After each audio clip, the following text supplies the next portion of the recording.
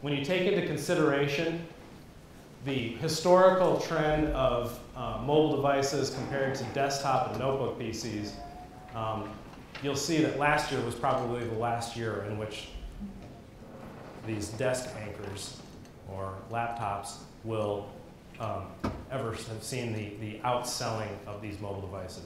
When you add in the tablet form factor that has just burst onto the scene and changed everything, really, I mean, just about anybody wants an iPad or a Zoom or the Asus EPC tablet or whatever else is the coolest new product that's basically come out from CES, whether it be the BlackBerry Playbook or something like that. People are using these. It's not just for angry birds, right? We can actually get some things done on them. So it's pretty cool.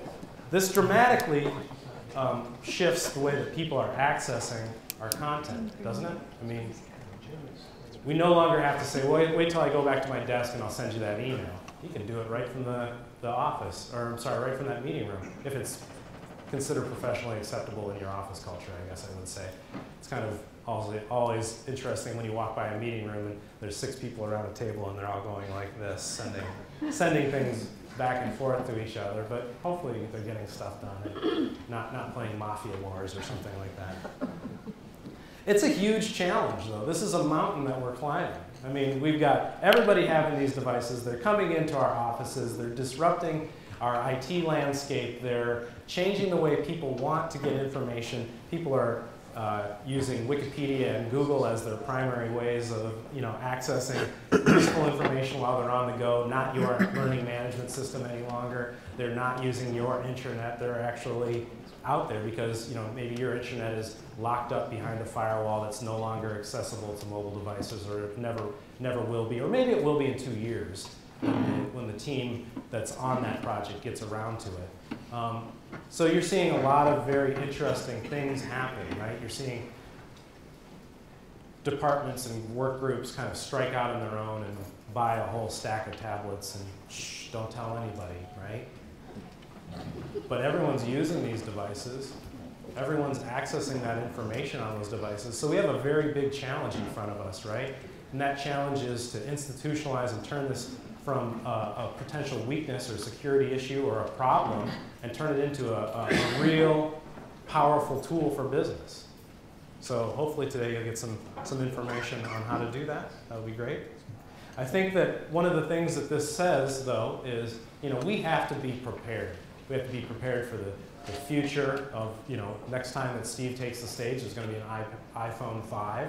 We just know it's going to happen. There's going to be an Android device with 5 cores and 72 bajillion gigabytes of storage and all of that sort of thing, right? We have to kind of position ourselves that the concept of technology taking 2 and 3 and 5 years as a cycle to shift is no longer possible. We're seeing shifts on a monthly and a quarterly basis that transform the landscape of technology again and again and again. When we started Float Mobile Learning a year and a half ago, there was no iPad. There was very few Android tablets really at all. That's a whole new basic form factor. It's changed the way that people are consuming information. People are leaving their laptops at home when they go on business trips. They're taking their iPads instead. They're taking their Zoom tablets instead. It's pretty dramatic. It's pretty interesting. So we have to be prepared for that change. We have to be able to adapt. And we have to be willing to potentially accept a little bit of failure. There will be stub toes. There will be a few missed deadlines. There will be a couple apps that crash. But we need to be able to understand that in this iterative and agile environment in which we work, when things are up in the cloud, we can deploy rapidly, we can deploy easily, and we can deploy inexpensively. There's no pressing of CDs to ship out across the globe. There's no issues with hard drives bombing out and having to be re-replicated. It just, for lack of a better term, basically works.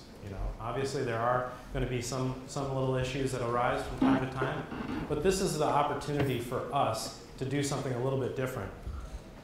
I think that this is an opportunity for us to take a step back and maybe think laterally, to not go headlong right into the problem, but to, again, take that faster horse moment, take a little bit of a sidestep, and then go at it, perhaps. You know, it's like that little 5 minutes of anarchy that you kind of put forth there, say, you know, is this really actually the way that we want to go? Is this the direction that we want?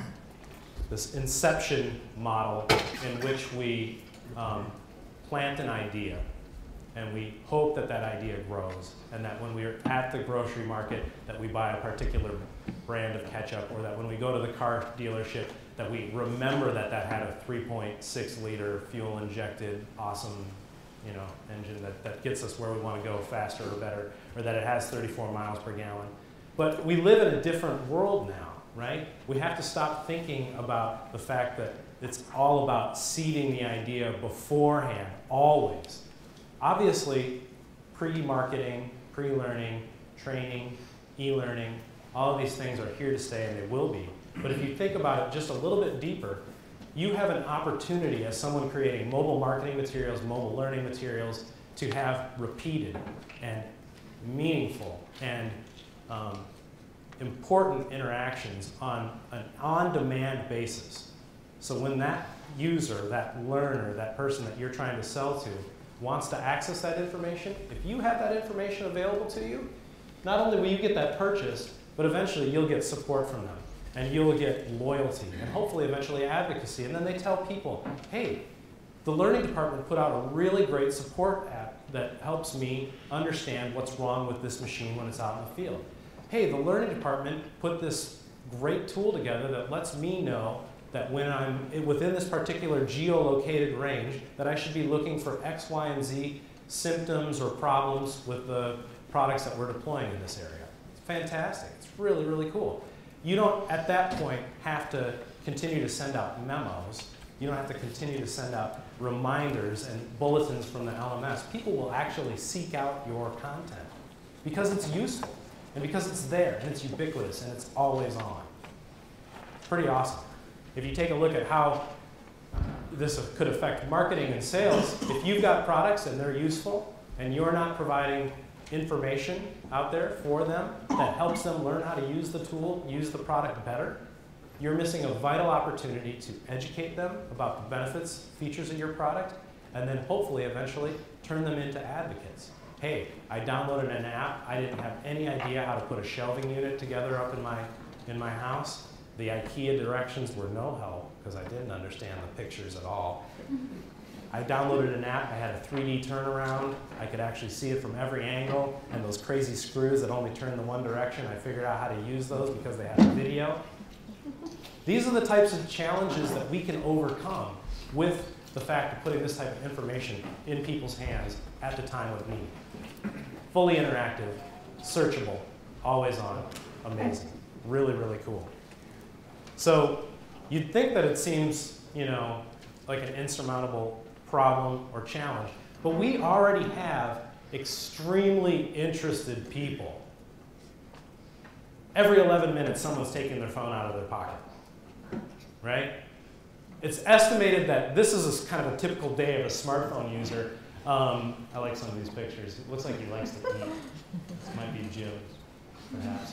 But if you take a look at how even people that don't have smartphones but are heavy text users, it's estimated that they're taking their phones out of their pockets not every 11 minutes, but rather, which boils down to about 80 to 90 times a day, but rather more like 150 to 175 times a day, right? So we have a huge, awesome benefit on our side. People are addicted to these devices. So if your content is out there and your content is good, maybe 3 of those become yours. It's not Angry Birds anymore, it's your instructional application, or it's your window to the LMS, or it's your 3D walk around, or it's your product tour, or it's your video that teaches somebody how to make a really nice rack of ribs and then they'll never forget how to make ribs again. I don't know. Whatever that particular piece of content is. I just speak from experience. I was fired up the Epicurious application recently, and they've got some fantastic videos in there. So, you know, it would have never taken the laptop into the kitchen with me, But the tablet, I can stand up over here, and as long as it's not by the sink, I feel pretty safe that I'm not going to spill anything on it. And it just works. It's pretty cool. So, you know, it's the first thing that they may look at in the morning. Either that or they press the coffee maker button. I don't know. And it's maybe the last thing that they do at night, perhaps even after they kiss their kids or their spouse or whatever they might else do, you know, shut down the TV and stuff. But it's a small screen and it's always in front of your face. So we've got a huge, huge opportunity in front of us for that. Hopefully, this conference will help you take advantage of that huge opportunity, pivot on that faster horse moment, and think laterally about how we can seed ideas in people's minds. I think we've got a great day. We've got fantastic speakers. We've got a really, really a good array of topics, everything from strategy and development to technology futurism, or how to bring mobile into your organization in small little chunks. It's going to be great.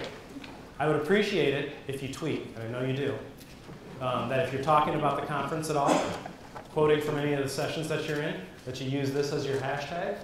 If you have any questions and you tag it with this hashtag, I'll make sure that they get answered. I'm pretty much not even the 11-minuter, I'm like the 7-minuter, so hopefully I'll be quicker with that. But you know, we've got learning experts, we've got people that are pedagogy experts to understand how people take information in. We've got people here that understand how to bring it to your organization, and I think that you're going to find a lot of value in this. So I do want to say thank you very much, and I appreciate you all for being here, and I hope you have a great day. So thank you.